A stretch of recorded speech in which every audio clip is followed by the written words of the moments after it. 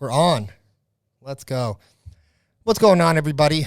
Los here with Max. 2022, Season 2 of Down the Middle. Very excited about this season because we're going to try to do more content for you guys. Like I said, we've got some cool things. We're building a whole media property for this. You know, slow and steady, but it's going to be amazing. This is my favorite project that I get to work with. I don't even feel like it's a project. So when we find ways to monetize it, it's just going to be the most amazing thing that I could possibly do. And I kind of feel like once we have that down, we'll actually crush, because this is such a passion for both of us. I mean, it's made us extremely close. Yeah. And that it's just the beginning. So how was your New Year's? It was great, dude. I mean, we were talking about before we recorded, went over to the Gaylord Palms, which was cool because we drove by it all the time over the years. Right. But we've never been. I went in once because ClickFunnels has their event there. Right. And it's, I mean, the only equivalent for me is like Vegas. It's in terms of scope, right? And there's no casino or anything like that. But when you go inside it, you're like teleported. It's a different world.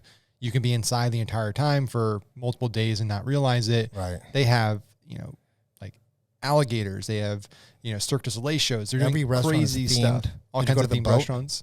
The boat restaurant? We did not go to the boat restaurant. Dude, there's a place all the way at the back, and it's legitimately like a pirate boat ship, and you eat on top of that, and it's all on water, and there's like fish. It's a pond. It's crazy.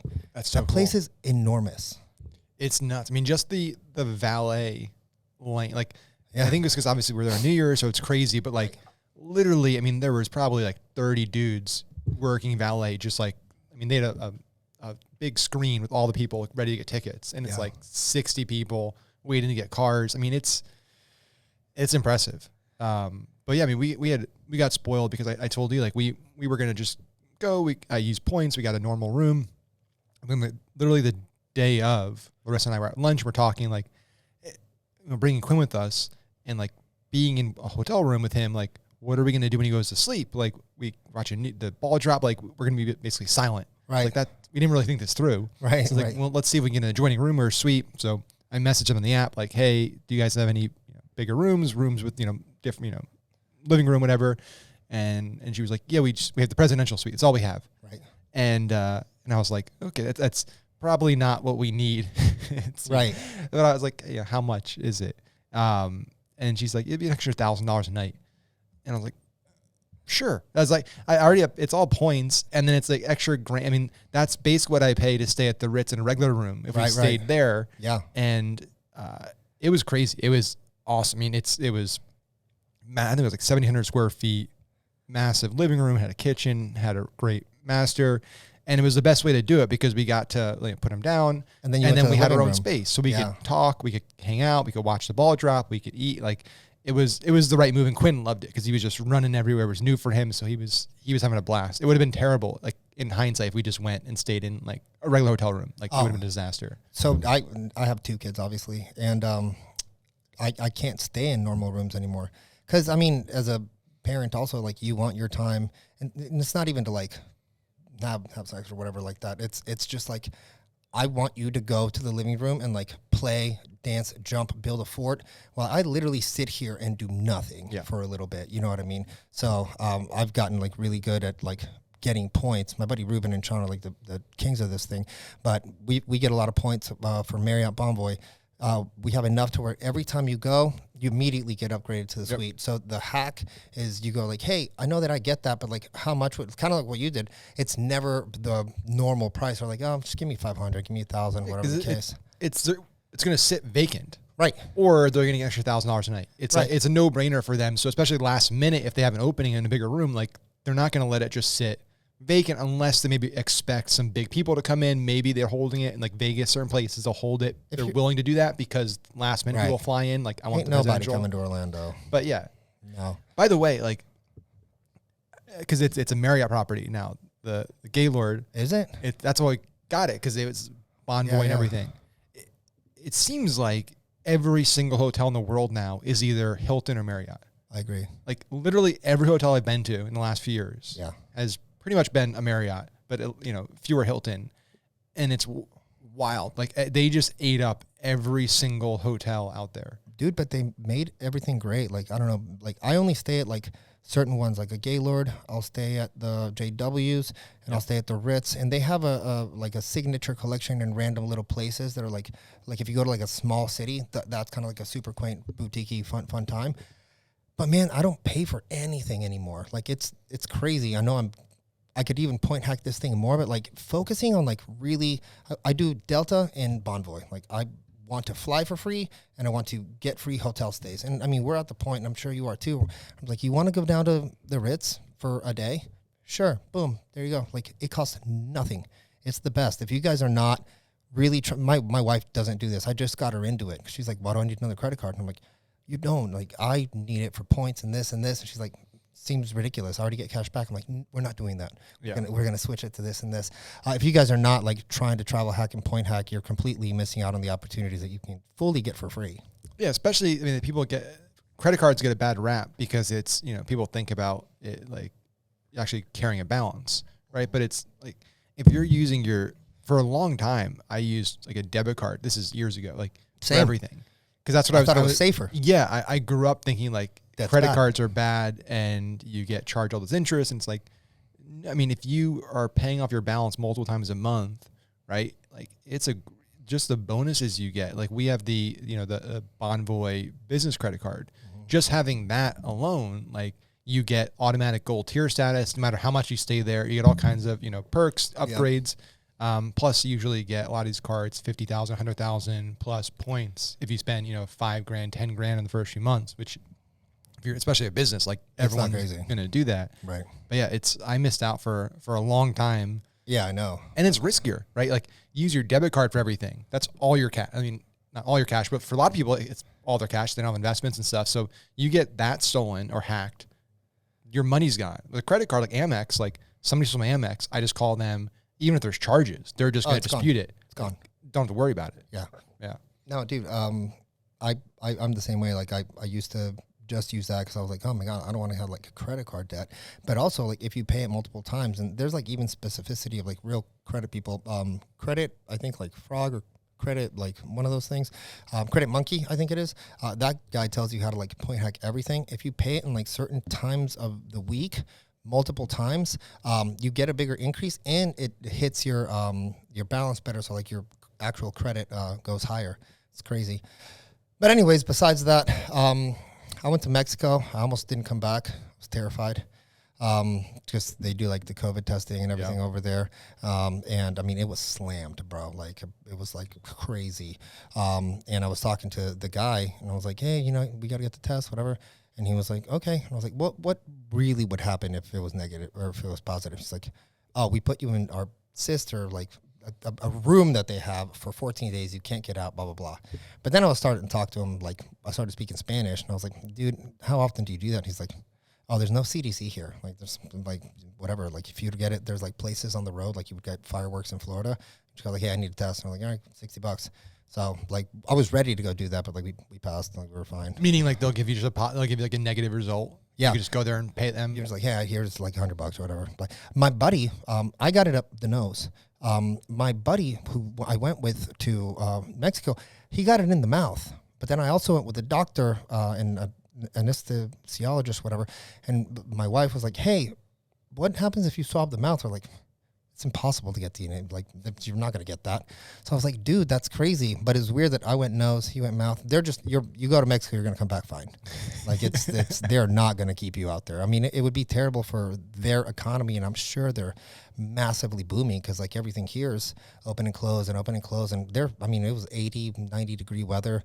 Perfect. We rented a catamaran, like, best thing ever. Super cheap to do it.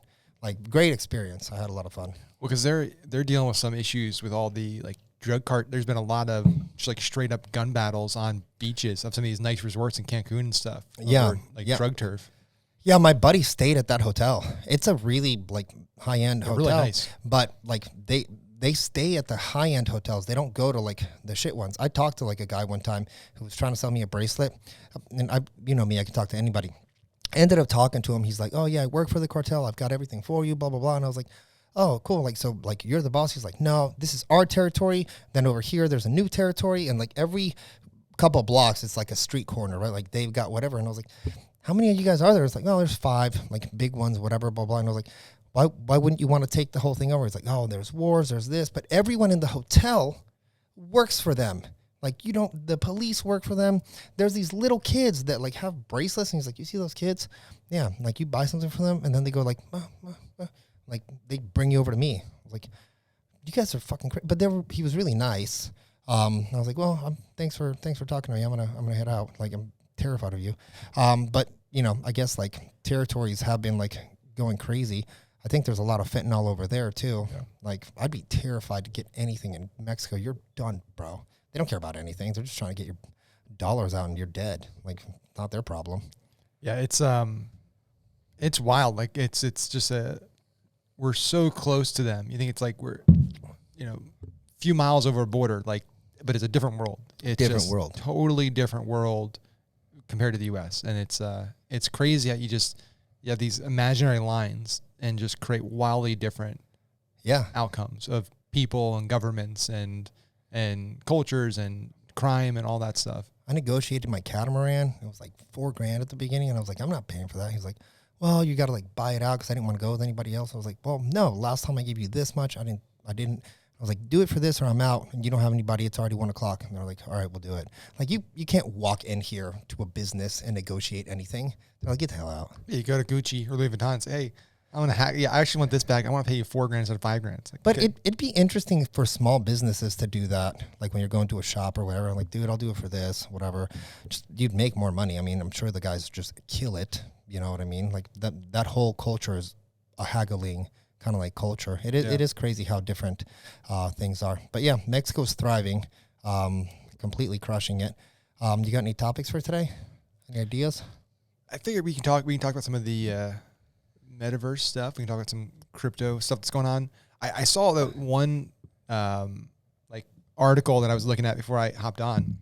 So apparently there was like this huge snowstorm over the last few days in the mid-Atlantic and Northeast. Okay. And in Virginia, it was so bad that for the last like 24 hours, or maybe it's clear up now, but like 24 hours of time, people were just straight up stuck on the high, like 50 miles of I-95 was impassable. It was all ice. So there's like photos and videos of like hundreds and hundreds and hundreds of cars that couldn't move and spent basically 24 plus hours on the highway, including the governor. He was, Kane, he was there and like posting from his car. So like he was going to DC and was trapped in this. So it's like, they just can't clear it fast enough.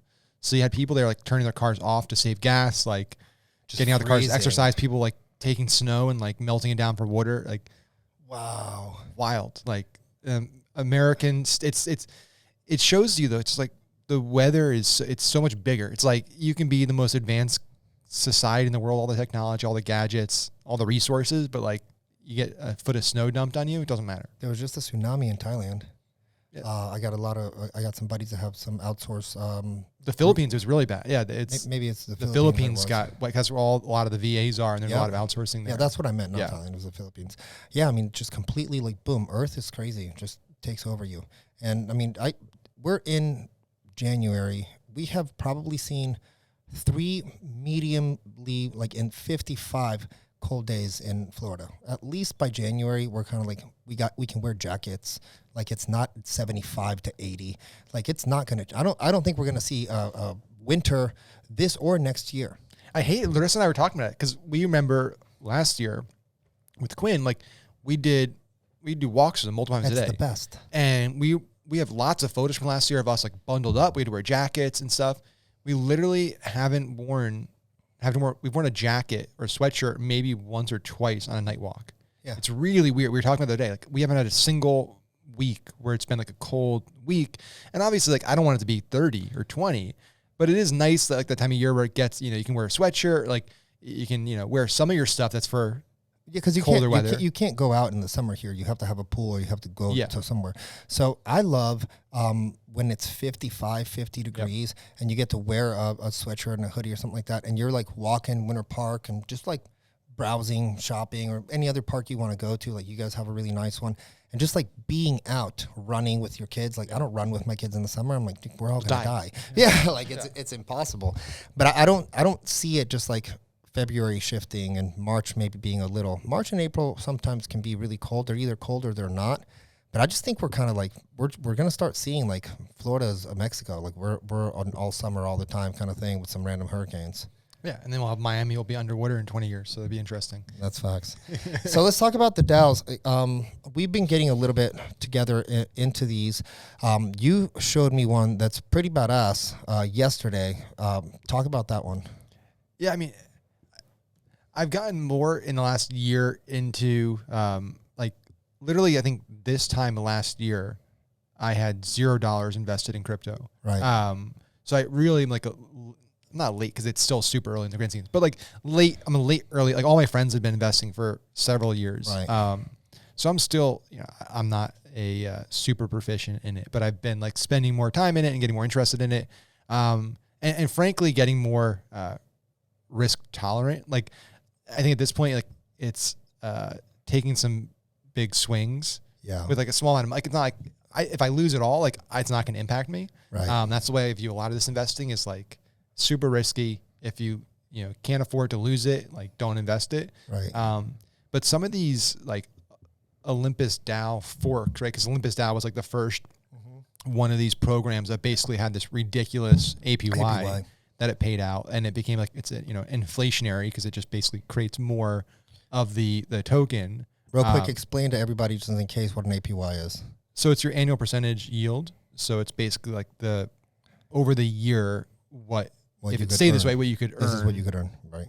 Holding the currency. So it's similar like you go to have a savings account, right? You put money in the bank and they pay you. Yeah. Right now it's a fraction of a percent, right? It's like nothing. And so a lot of these are having these like ridiculous APYs. So you have Wonderland, which I think is in the 60 to 70,000, 67,000, I think. Yeah.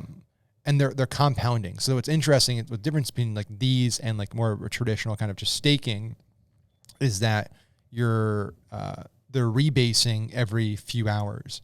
So you're getting that percentage every 5, 6, 7 hours. So it might be 0.6%, whatever it is. And then the next 0.6% is based off of the total you have then. So it's going to be a little larger.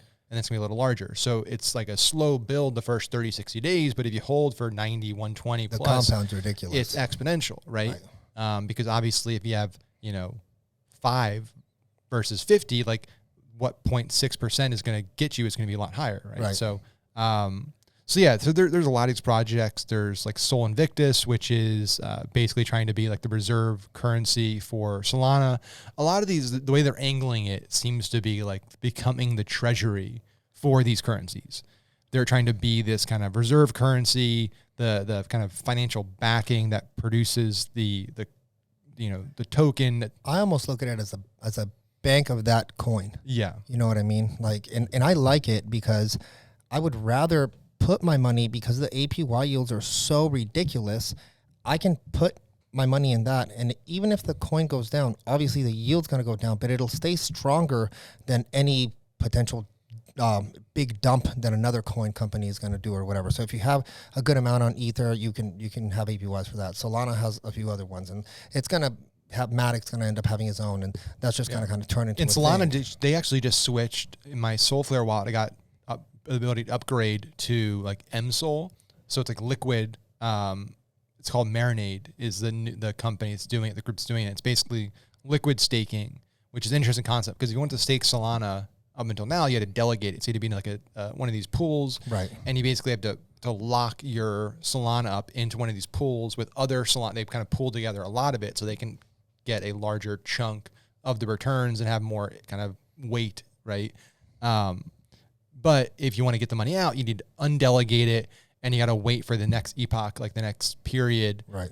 Which could be a day, could be 3 days, it could be a few days. So you can't get it right away. With this new model, you're basically converting your SOL to MSOL, and the staking and the compounding is happening inside that currency. So it's a different model. So it's basically you can use it. you can stake that, like you can use that for other DeFi projects. You can, there's lots of stuff you can do with it because it's not basically locked up in somewhere. So it's an interesting concept, but so you cannot normally buy good coins. Coinbase, sure, but like good coins are kind of like outside of Coinbase. They haven't hit Coinbase yet, right? Like the ones that have a little bit more opportunity to moon or whatever. You can't usually buy those things with a credit card. So there's Gate.io that just launched, and you can actually use a credit card to pull your, get some coins, and then you can go stake that. And so I want to try to, grab a credit card, slap 20 grand on it, whatever. And let's say my percentage return is whatever the case it is, go put it on something that is going to be bigger and see if I can float the arbitrage and see with how much or what the discrepancy is. If I'm in trouble or whatever, I'll just pay the card. I don't care. But if I can knock it out, it's a massive opportunity for some really good arbitrage that I know other people are really thinking about as well. Yeah, I think there's a lot of ways you can borrow now. Even there, you look at like Anchor, they have it's a negative interest rate on borrowing. I think it's like when I checked last night, it was like negative 2.8%. Yeah. And negative interest rates are interesting because basically they've tried it in the UK for a while. In Europe, they've done it in a few different places when the euro was having issues and the economy was having issues, because what they want to incentivize is people to spend money. Right. So one of the theories of like how to get people to spend money and not just like hoard it is you create a negative interest rate where essentially you need to pay the bank to store your money. So like, an interest rate is I put money in a savings account and the bank pays me a small percent to keep my money there. Yeah, well, but that incentivizes people to keep money in the bank. Right. And it incentivizes commercial banks and the bigger banks right. to not maybe lend it out as much, to keep it because they get a return on the cash. Right. Right. But if you start charging them to keep it and not lend it out, or you start charging consumers to keep keep it, not spend it, it's going to flow. You can potentially motivate people to spend more money. So it's an interesting experiment that's happened before, and it's happening in some of these protocols where you can actually get paid to borrow money. I'm going to try to next week bring on a crypto expert, vetted gangster, because there's so much going on. It's I feel overwhelmed. Yeah. And I'm not even close to really getting into the weeds. Yep. You know what I'm saying? I feel decent enough to throw some bucks at some stuff. I feel competent. Yeah, not confident. But man, it hurts my soul too, because I feel if I became confident and very competent about it, there's nothing else on the planet that could yield me the results that just diving 100% on that would do. But I'm not I don't have the kind of time. You know what I mean? Yeah. There's so many amazing. It's the time, and it's also the connections, because a lot of this is about getting in early. Right. If you can get in pre-launch of anything, you basically are guaranteed to make money. Like in anything you do in crypto, even if it's a dog shit project. Yeah. But yeah, then just to wrap it up, the one that I talked about last night was called Rome DAO, which is pretty cool because it's on Moon River, and it's a similar concept. The APY on that's 110,000, which is crazy. But what's cool about it to me is there's actually a really cool game that they're building on top of it, an RPG game, that seems very similar to a Risk, where you kind of launch campaigns, you're growing this empire. So for me, I'm okay, this is cool. It has this ridiculous APY, and if that lasts, it lasts. If it doesn't, it doesn't. But the actual game they're building and the roadmap they're building seems really cool. And so to participate in that, you just got to you got to lock up 0.33 Rome for 3 months, which is nothing, $100 or whatever. Yeah. And then you can pick your house, you can get your character, and then once the campaign starts, then you earn currency. Then you can unlock treasure chests with the NFTs. There's a lot of cool stuff you can get. So you can NFTs, you can get currency. Right. And plus it's going to grow because gaming's hot right now. So it's combining two things that are really hot right now, gaming and these kind of high APY DAOs that are out there. It's insane though, and then we can move into another one. But it's insane that in business, normal human business, right? You're you wouldn't trust anybody you're trusting these things. And at any point, these companies can be nah, it didn't work out, guys. Sorry. and like you're dead ass okay with it. You're like, shucks. Imagine if someone took 50K of yours and was like, sorry, bro, it's, you know what it is, like, didn't work. You would be livid. You would go take some sort of action. You'd put it on the internet at least. These guys do it every day, and they're like, you know what it is. And you're really like, yeah, whatever. It's just the mindset shift of like this to this. It like fascinates me. Yeah, I think what happens psychologically is that at a certain point, the FOMO is a real thing. Oh, right. yeah. So at a certain point, human beings we're always doing risk reward calculations every single day, every second of the day. We're making calculation. You're driving, you're making calculation to look down at your phone. You're saying I need to see what's my phone. That dopamine hit's worth more than the potential risk of me crashing and dying. Like people do it all the time. Right. And so with investing, it's the same thing. It's, do I put money into the stock? What's the probability it goes down, when it goes up? What's my risk tolerance, et cetera? Do I do margin? And I think with crypto, it's like people have just gotten to the point where they've seen so many people making so much money that they have to take the shot. Their tolerance for risk has skyrocketed, and they're just seeing 18-year-olds making money. They're seeing people that no idea what they're doing making money. So they're like, fuck it, I would never do this in any other world or any other capacity, but I'm going to do it here, knowing that there's high risk that I lose everything. Because you're right, there's a lot of these projects are anonymous. There's nothing's insured. It's pretty wild, and it's never happened before. And I don't know like what the future holds, but I know like you couldn't just be the equivalent of me just putting up a business plan. Like, here's a business. I'm going to create this new coffee shop. Prepay and do this for maybe gains, and we're going to launch with 100 million tokens at $1 each, and all of a sudden you have a coffee shop with $200 million market cap. People are buying and excited to buy. Like it's pretty wild. It's crazy, man. Before we jam out on that, have you been reading any books? I've been really getting into books a lot again. I have. By reading, I mean listening. I have. I mean I slacked over the holidays. The last book I read was still Ray Dalio's Rise and Fall of Empires. Terrifying. Yeah, which is still super terrifying. I need to take like a mental break. After that, I read it and I was like, I need just a break from learning. Yeah, I mean it's a call it. I mean, probably better than call it. It's a full like complete lesson on like what is happening and I think he's gonna nail it. Like I really think he's gonna nail it, which is terribly sad. Some books that I started reading that one, and I started reading The Molecule of More again, and then The Gap and the Gain. I haven't read that. The Gap and the Gain is by Dan Sullivan. It's a really good book on kind of like understanding. It helps if you read The Molecule of More, which you have, and then you read The Gap and the Gain, because it's more so like, where are you in your thinking framework, right? And so he's like, listen, everything you have is great, and everything you have is because you have it. The reason you don't have the other things that you don't have is because you're actually in a gap mentality, not a gain mentality. Like every decision that you make is kind of like what you said, like risk reward. It's gap or gain.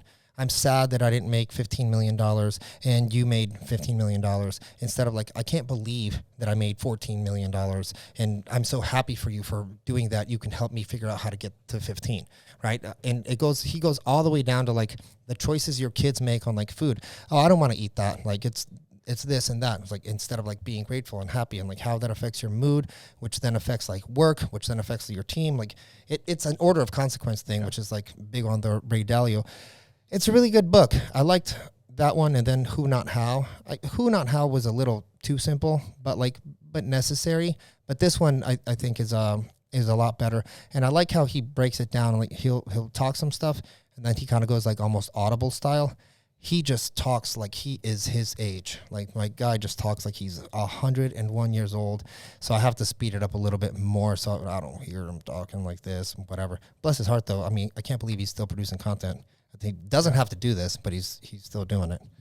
Yeah, I mean, we can kind of transition into the that kind of middle book there, right? Of like what are people's goals for this year? Because we talked about this going back for Instagram, like my post about the new year and what you've been talking about. Of like, it is a fascinating thing that, especially in our community, at the start of every year, people's focus is almost entirely on material and tangible goals. Yeah.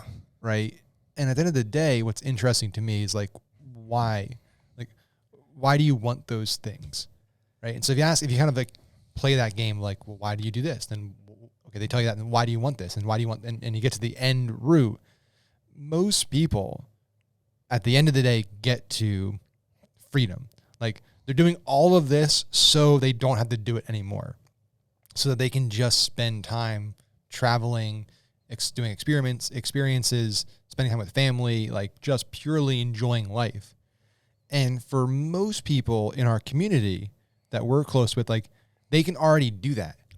Right. And that's what's interesting to me. It's like we always move the goalpost of where we're content. Like if I get to this much in monthly income, like I'm just going to be so happy and I'm not going to care anymore. Lies. And it never stops. You hit it and you keep hitting it. And it's wild, because what you said before of like appreciating what you've done instead of focusing on what the person above you has done. Because it's me, it's like, I'm going to pay more in taxes this year than I made for like most of my 20s combined. Like it's absurd that even with that, it's still like, well, I want to make more money per year. Yeah. It's like, but why do I want to do that? So I can do more things like that. It's like, but I can do that today. Like, I guess it's at a certain point to make a distinction of like, do I really put effort and time into those long-term goals that I actually have now? Like, do I make those a reality now, or do I keep pushing down the road? Like, right. Why am I doing that? Like, what is driving me to not just do what I really want to do and instead continue to work and spend time focusing on business? Perry Belcher was watching a video of his. He said two super interesting things that if you're an entrepreneur or even just entrepreneur person that like works and thinks about money and wanting more, right? He said two things that I was like, man, like that hits deep. One, he was like, you know, the difference in a business, you know, worst business in the world, in his opinion, $2 to $5 million business, right? Because he's like, you need everything an 8-figure business needs, but you don't have the capital to do it. You need to look at that business and be like, man, if I broke it down, would it be instead of a $2.8 million business with 70% margins and cash flow? And maybe you need to assess that business as like, that's what that business does. And then you have others that are like, nah, dude, this is going exit to the sky, like 8 figures. And we own both, right? But I really considered what he said, and I was like, man, yeah, that is kind of pointless. I do have a lot of overhead on this stuff. Like I could probably just knock it out and like make a 75% margin. I was like, man, that'd be so chill. In this one, like definitely not. We need to go do this, that they run different, but you think about how to run them differently. And then he said another thing on consulting for equity and stuff. He was like, I don't work anymore on like, I want to consult and I want to be paid to consult for equity. He's like, if this doesn't have a big opportunity for exit, I don't care, because if you paid me money or gave me distributions, I'm just going to find a way to like create a better lifestyle for that. And I'm just going to build myself into this whole thing. I want like the big dopamine hits, which is exits and this and that, which changed his pattern of taking deals on. Cause you know him, he'd be like, yeah. Like 5K, 10K, 8K, whatever K. And he's like, I don't touch any of that stuff. I don't do anything that doesn't have real growth and real exit ability in 24 to 36 months. And for maybe that's not it for you, and maybe the first thing might hit you a little bit different. But like if you have a business and you're doing $2 million and you're like, man, what would it take to get to 10? Like, do I really want to do that, or do I want to get it to 3 and have 2 more employees? And that's something that can be pretty stable. And with that, with the investment revenue that I'd be able to generate, get into real estate, get into DAOs, get into something else to build the opportunity for passive income, not have to grow. And I don't think people ask themselves these kinds of questions because it takes work. It takes effort. Other than that, we're always just working on like, had I not heard that, I have one of my business owners, I'm like, yeah, we just got to do more. We're going to have to hire more and this and that. And I was like, no, we're going to change the model and do this. And yeah, it's chill. Like it's not important that it doesn't need to be something for someone else. Yeah. I think it's a matter of like, why are you doing it? What your goal is for building this. And my mindset's changed a lot in the last few months of like, I'm happier doing less. Yeah. I'm happier doing less and potentially making a little less or the same in a lot of different projects we're working on. But having that consistency, stability, and energy of like, I can go do something else that I want. Yeah, I think it's freeing up your time to focus on those few big home runs, right? Because you can't. I think the trap a lot of people get into is they try to treat everything like it's gonna be a home run. Right. So every business they get into, it's like, this is gonna be $1 billion company. Yeah. And so they invest so much time and resources into all these different projects, and you burn yourself out. And they rob the good one. Yeah, because the good one now gets equal attention than the one that probably should stay at 5 million or 2 million a year. Right. And so at a certain point, it's like, what is this going to be? So for example, for like, we've had this conversation about founders, like with our mastermind business, like, is it going to be, a geek out size or a powerhouse size thing? Like, probably not. Like, it could be, right. But do we really want it to be this massive thing with all this overhead and lots of work? Right. Or are we happy with it netting us $1 million a year? Each partner gets $250,000, and it's you get to travel for really, free. and then we have a few cool experiences. Like, that sounds pretty good. Yeah. It's like, could we each make $500,000 a year and put a lot more time into it? Yeah. Yeah. But is that $250,000 going to be worth it? Like, would I rather get $250,000 or 100,000 or 50,000 from different businesses a year, and it almost be totally passive? Like, that sounds a lot better to me now. And then put like a lot of effort into these really big ones. Like, I'm going to bust ass and put a good amount of my hours per week into something that I think could be, $100 million, $500 million opportunity. And then everything else can be just, it's, slow and steady, not massive amount of time, but they all pay the bills.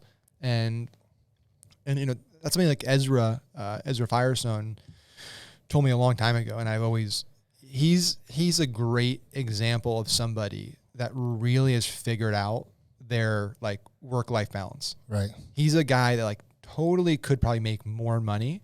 But he's like, I like the way he lives a great life. He kind of lives in the woods in upstate New York. He's built this massive, awesome place. Like, he has his Blue Ribbon. This is where I got the idea for the mastermind. He's like, Blue Ribbon. He's like, Blue Ribbon could be a lot bigger. I think he has 150 people in it. He's like, but honestly, it pays me, I forget, like $1 million a year or $500,000 a year he gets from it. And he's like, that's basically like my like life. That covers everything. Mm-hmm. And then all my other businesses, like, it pays me this, like, but I don't need to pull a lot of cash out from it, and they can focus on the big wins here. I can invest in this because I don't need the cash. Like, it's he just has it figured out, and he's just a happy dude. And like, I'd much rather be that than be working 80 hours a week, unhappy, and making a little more money each year, but just for what purpose?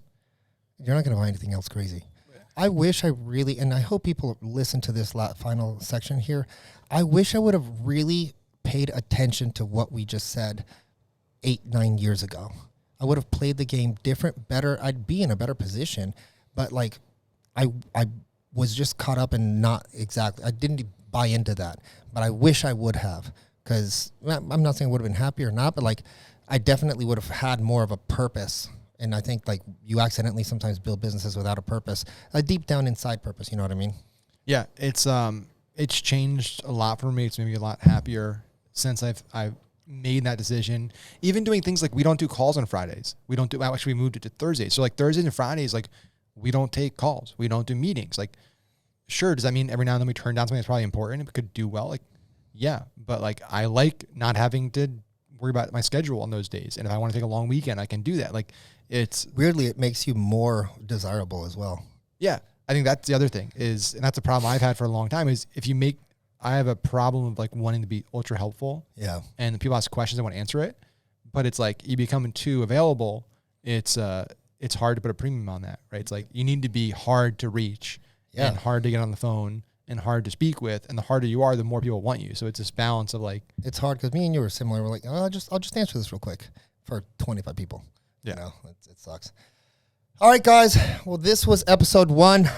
There's a lot more coming. We're definitely going to try to get a crypto expert here to kind of give some knowledge and kind of like what's going on in the trends, because I think it's going to be, it's a big part of this podcast. It's a big part of what's going on in culture right now. And we want to thank you guys for listening. Please, if you liked it, share it with people. We want to get this thing to reach every audience that we possibly can, just because mostly we have a passion for it, and we really believe that we can help people that are listening to this in a lot of different ways. So for myself, at Los Hustle on Insta, at Max Finn on Instagram. We will see you guys in the next episode. Bye, you guys.